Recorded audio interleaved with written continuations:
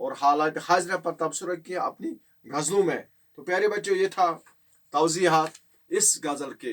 اور اب سوالات. سوال نمبر 3 پہلا پارٹ کیا ہے؟ پہلا سوال اس کا پہلا سوال ہے پہلی غزل کا دوسرا شعر پڑھ کر بتائیے. پہلی غزل کا دوسرا شعر پڑھ کر بتائیے کہ شاعر کو کس چیز کا گمان نہیں تھا. پہلی غزل کا دوسرا شعر ہے اس روشنی کے شہر میں ظلمت کرے گی راج. اس روشنی کے شہر میں ظلمت کرے گی راج. مجھ کو یقین تھا نہ تجھے ہی گمان تھا. پیارے بچوں سوال ہے پہلی غزل کا دوسرا شعر پڑھ کر بتائیے. ہم نے پہلا شعر پڑھا. اب بتانا ہے کیا بتانا ہے کہ شاعر کو کس چیز کا گمان نہیں تھا. شاعر کو کس چیز کا گمان نہیں تھا، وہ کس کے بارے میں نہیں سوچ سکتا تھا. تو پیارے بچوں پہلی غزل کا دوسرا شعر جب ہم نے پڑھا تو ہمیں محسوس ہوا کہ شاعر کو اس بات کا گمان نہیں تھا. یعنی شاعر کو اس بات کا گمان ہی نہیں تھا کہ اس امن و امان کے شہر میں، یعنی شہر جو ہمارا شہر ہے کشمیر ہے، سری نگر ہے، وادی کشمیر ہے، اس پر کبھی ظلم و ستم کی تاریکی چھا جائے. یعنی اس شہر میں شاعر ہمدم کشمیری اس کشمیر کی جو امن و امان کا جو گہوارہ تھا اس میں کیا ہوا، کتنا ظلم ہوا، کتنا ستم ہوا، اس پر وہ اس میں تبصرہ کرتے ہیں. اور وہ کہتے ہیں کہ میں نے سوچا بھی نہیں تھا کہ کبھی اس میرے امن و امان کے شہر میں کبھی ایسی تاریکی، کبھی ایسا ظلم جبر چھا جائے. یہ تھا پیارے بچوں اس سوال نمبر 3 پارٹ نمبر 1 کا جواب. اور سوال نمبر 4 سنت تضاد سے کیا مراد ہے؟ ہمدم کشمیر کے دونوں غزلوں میں سنت تضاد والے اشعار تلاش کیجیے.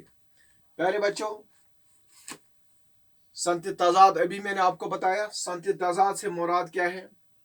سنت تراز یعنی سنت تضاد شعر میں دو یا دو سے زیادہ ایسے الفاظ استعمال کرنا جو معنی کے اعتبار سے ایک دوسرے کی ضد ہو.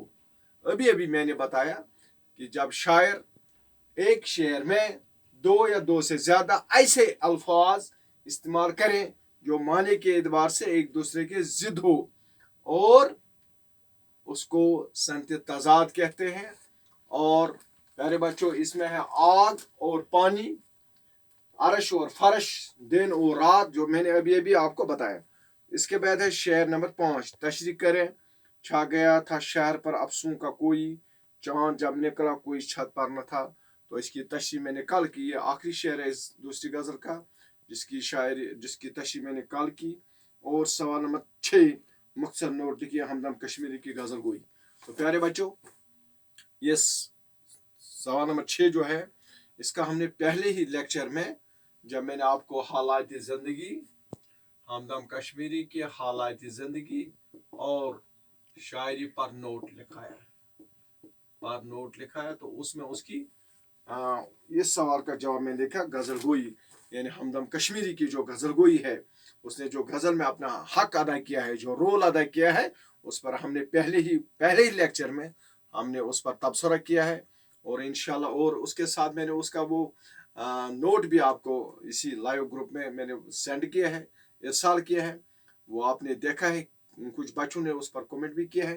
تو اللہ کا شکر ہے. اس طرح سے آج ہم نے 4 لیکچر دیے 4 دن میں اس پر ہمدم کشمیری، اور اس کے ساتھ یہ ہمدم کشمیری کا جو یہ غزلیں تھی یہ ہم نے الحمدللہ رب العالمین آج ختم کی. اب کل یعنی 28 تاریخ کو ہمارا جو موضوع ہوگا وہ ہوگا شبیب رضوی. اور مجھے امید ہے کہ آج آپ ایڈوانس میں پہلے ہی اس شبیب رضوی کے نوٹ کو پڑھیں گے، اور انشاءاللہ کل ہم اس پر بات کریں گے، اس پر ڈسکس کریں گے. باقی آپ بالکل گھر پر رہیں، بالکل آرام سے رہیں اور اپنی پڑھائی کی طرف پوری توجہ دیں. اپنا قیمتی وقت ضائع مت کریں اور یہ مت سوچیں امتحان نہیں ہوگا. امتحان ہوگا. ضرور ہوگا. آج آپ چل رہے ہیں, آپ کے یہ ایگزامز, آن لائن ایگزام, اسی طرح سے آگے بھی انشاءاللہ حالات ٹھیک ہوں گے اور آپ کا ایگزام ہوگا. ایسا نہ ہو کہ آپ نیند کریں گے اور کتابیں رکھیں گے طاق میں, کتابیں رکھیں گے بیگوں میں. پھر بقول شاعر, اگر تم نے طاق میں رکھ دی کتاب تو کیا دو گے کل امتحان میں جواب. باقی شکریہ, خدا حافظ, السلام علیکم ورحمۃ اللہ وبرکاتہ.